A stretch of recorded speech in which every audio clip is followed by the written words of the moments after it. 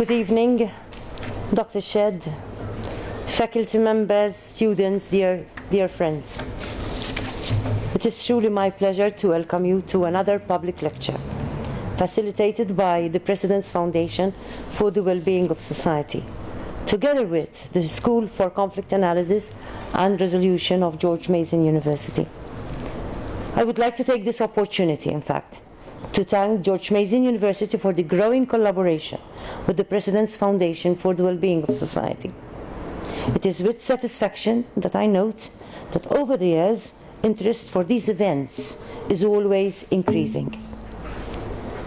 This is evidence of the longing we feel as people of goodwill for sustainable and effective ways to make solidarity and peace a way of life. Today's lecture is particularly important as it will tackle the question of extremism in the media. I would like to take a moment to offer some reflections on the need for the media to become a powerful voice for peace and to help promote the creation of a culture of peace. We all know the saying that information is power.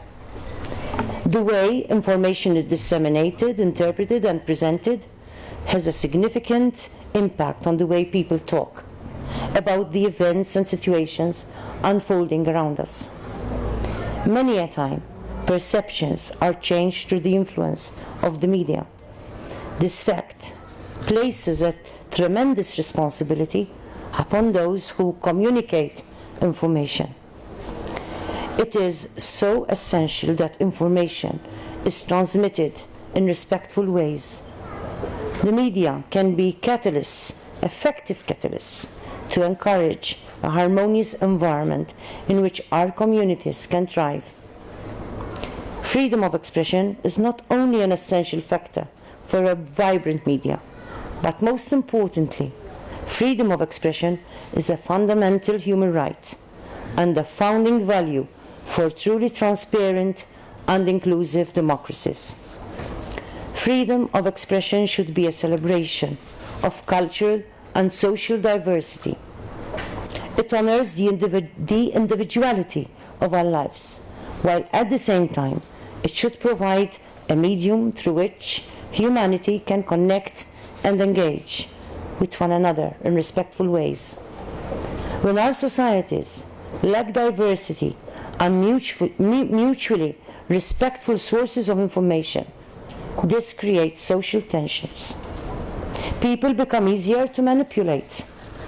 Humanity becomes defenseless against the voices of extremists who offer deceptive promises of stability and truth, and in the process are reinforcing the prejudices and discrimination which our societies once hoped would be a thing of the past.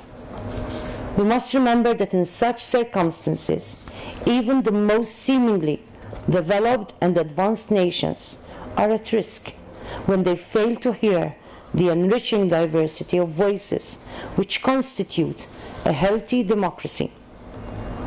The importance of freedom of expression in our media is mentioned specifically in the United Nations Millennium Declaration.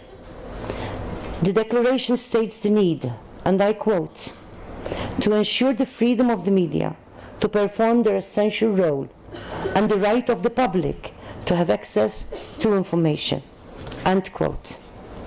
We are consumers of media, but also through digital platforms, people are becoming collaborators in the transmission of information. The correct use of digital media is so essential.